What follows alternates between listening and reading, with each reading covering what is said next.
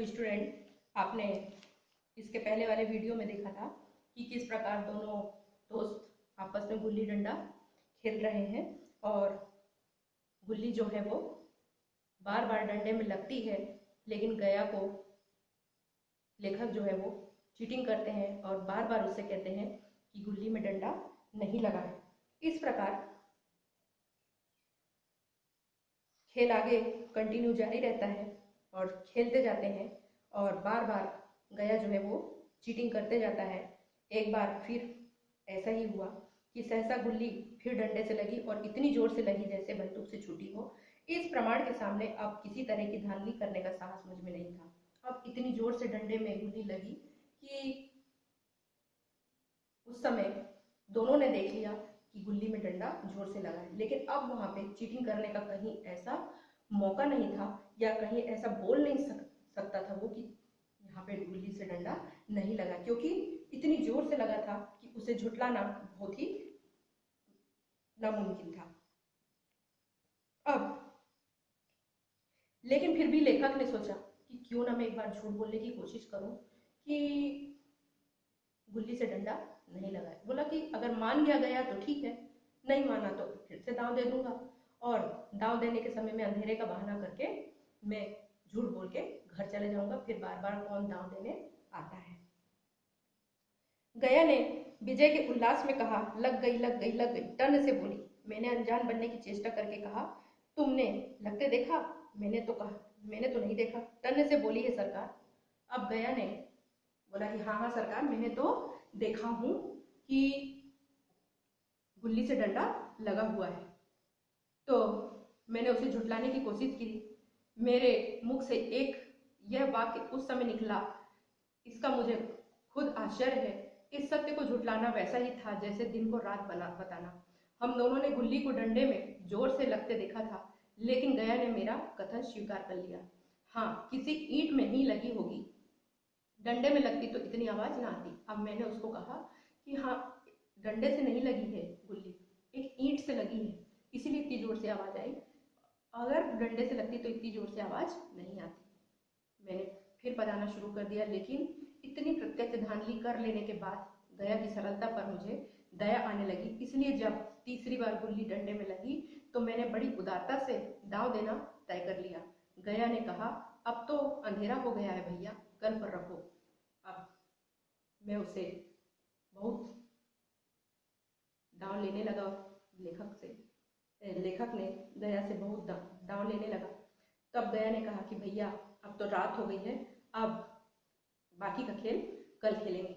मैंने सोचा कल बहुत सा समय होगा, यह ना जाने कितनी देर बाद आए, इसलिए इसी वक्त मामला साफ कर लेना अच्छा है। लेखक सोचने लगे, नहीं नहीं, कल नहीं खेलना चाहिए, कल बहुत सारा समय होगा और ये गया मुझे बहुत बजाएगा, मतलब मुझसे बहुत सारे दांव लेगा और मैं परेशान हो जाऊंगा। तो इससे तो अच्छा है कि आज ही सब मामला रफा दफा कर लूं। नहीं नहीं, अभी बहुत उजाला है, तुम अपना दांव ले लो, गुल्ली सूझेगी नहीं, कुछ परवाह नहीं। गया ने पदाना शुरू किया, पर उसे अब बिल्कुल अभ्यास ना था। उसने 2 बार डांट लगाने का इरादा किया, पर दोनों ही बार रुक गया। 1 मिनट से कम में वह दांव खो बैठा। मैंने अपनी हृदय की विशालता का परिचय दिया। अब गया जो था वो खेलता है और खेलने में बार बार हार जाता है। एक दांव और खेल लो, तुम तो पहले ही हाथ में कुछ गए, मतलब तुम पहली ही बार में हार गए हो, इसलिए एक बार और खेल लो। नहीं भैया, अब अंधेरा हो गया है, तुम्हारा अभ्यास छूट गया, कभी खेलते नहीं, खेलने का समय कहाँ मिलता है भैया। हम दोनों मोटर पर जा बैठे और चिराग जलते जलते पड़ाव पर पहुंच गए। गया चलते चलते बोला, कल यहाँ गुल्ली डंडा होगा, सभी पुराने खिलाड़ी होंगे, तुम भी आओगे, जब तुम्हें फुर्सत हो तभी खिलाड़ियों को बुलाओ। अब गया ने लेखक को बताया कि कल यहाँ मैदान में कल गुल्ली डंडा का खेल होने वाला है, बहुत से खिलाड़ी लोग आएंगे, पुराने मित्र लोग आएंगे और तुम भी आना। तो कहता है गया कि अगर तुम्हें कल समय हो तभी सारे मित्रों को यहाँ पर मैं बुलाऊंगा। मैंने शाम का समय दिया और दूसरे दिन मैच देखने गया। कोई 10-10 आदमियों की मंडली थी, कई मेरे लड़कपन के साथी निकले, अधिकांश युवक थे जिन्हें मैं पहचान न सका। खेल शुरू हुआ मैं मोटर पर बैठा बैठा तमाशा देखने लगा। आज गया का खेल, उसका नैपुण्य देखकर मैं चकित हो गया। डांट लगाता तो गुल्ली आसमान से बातें करती, कल की सी वह झिझक, वह हिचकिचाहट, वह बेदिली आज न थी। अब गया दूसरे दिन भी दूसरे मित्रों के साथ खेल रहा था। बहुत सारे मित्र थे जो उसके साथ खेल रहे थे। आज गया का खेल देखकर मैं बहुत ही आश्चर्यचकित हो गया कि ये गया जो मेरे साथ कल खेल रहा था, जो बार बार हर दांव में हार जाता था, आज वह दूसरे मित्रों के साथ इतनी बखूबी से खेल रहा है जैसे ये कोई इस गुल्ली डंडा खेल का कोई चैंपियन हो। और लड़कपन में जो बात थी आज उसकी प्रौढ़ता प्राप्त कर ली थी। कहीं कल मुझे इसने मुझे कल इस तरह पढ़ाया होता तो मैं जरूर रोने लगता। बोलता है देखा कि ये कल जानबूझ के मेरे साथ में इस तरह का खेल रहा था, हारने की कोशिश के लिए खेल रहा था और मुझे जिताना चाहता था। ये तो आज इस तरह अपने मित्रों के साथ खेल रहा है जैसे ये बचपन में खेला करता था। बचपन में ये बहुत अच्छी तरह खेलता था और आज मैं उसी तरह इसे आज खेलते हुए देख रहा हूँ। लेकिन इसने कल मेरे साथ इतना अच्छा खेल क्यों नहीं खेला, क्यों ये कल बार बार हार रहा था। उसके डंडे की चोट खाकर गुल्ली 200 गज की खबर लाती थी। और जब पहले खेला करता था, जैसे ही वो गुल्ली को मारता था, गुल्ली इतनी दूर जा गिरती थी कि 200 गज तक के वह दूर जा गिरती थी। मैं खेल में ना था पर दूसरों के इस खेल में मुझे वही लड़कपन का आनंद आ रहा था। मैं तो लेखक बोलते हैं कि मैं इन लोगों का खेल चुपचाप बैठ के देख रहा था, लेकिन मुझे बहुत आनंद आ रहा था कि लोग कितने अच्छे से खेल रहे हैं। जब हम सब कुछ भूल कर खेल में मस्त हो जाते थे, अब मुझे मालूम हुआ कि कल गया ने मेरे साथ खेला नहीं, केवल खेलने का बहाना किया।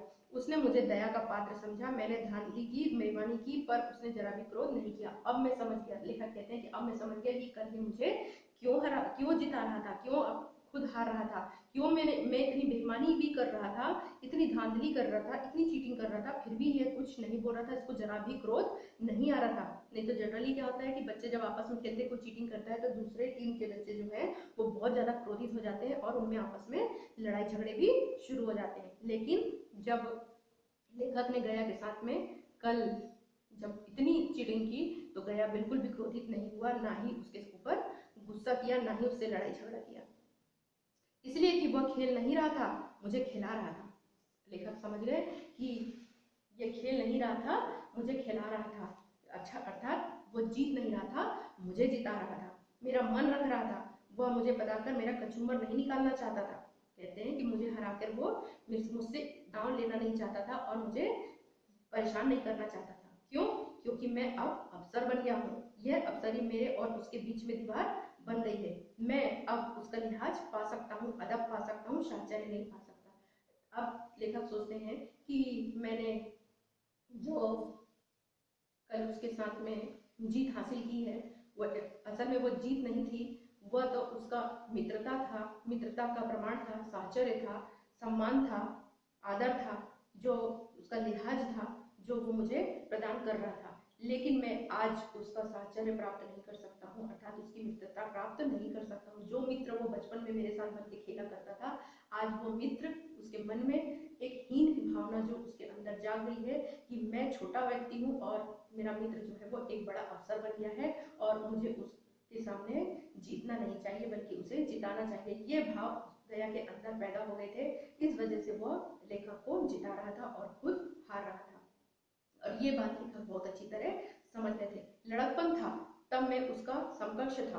बोलते हैं जब बचपन में वो हम लोग खेला करते थे तब मैं उसका मित्र था, हम लोग एक साथ खेला करते थे, एक साथ पढ़ा करते थे। यह पद पाकर अब मैं केवल उसकी दया का योग्य हूँ। बोलते हैं कि आज जब मैंने उसको देख लिया कि वो सिर्फ मुझे एक अफसर समझ के, एक बड़ा आदमी समझ के मेरे साथ खेल रहा है और अपने आप को छोटा महसूस कर रहा है, तो मैं यहाँ पे सिर्फ उसका मित्र नहीं बल्कि उसकी दया का पात्र बन के रह गया हूँ। वह मुझे अपना जोड़ नहीं समझता, अर्थात वह मुझे अपना यहाँ पे मित्र नहीं समझ रहा है बल्कि मुझे एक अफसर का पद प्रदान कर रहा है।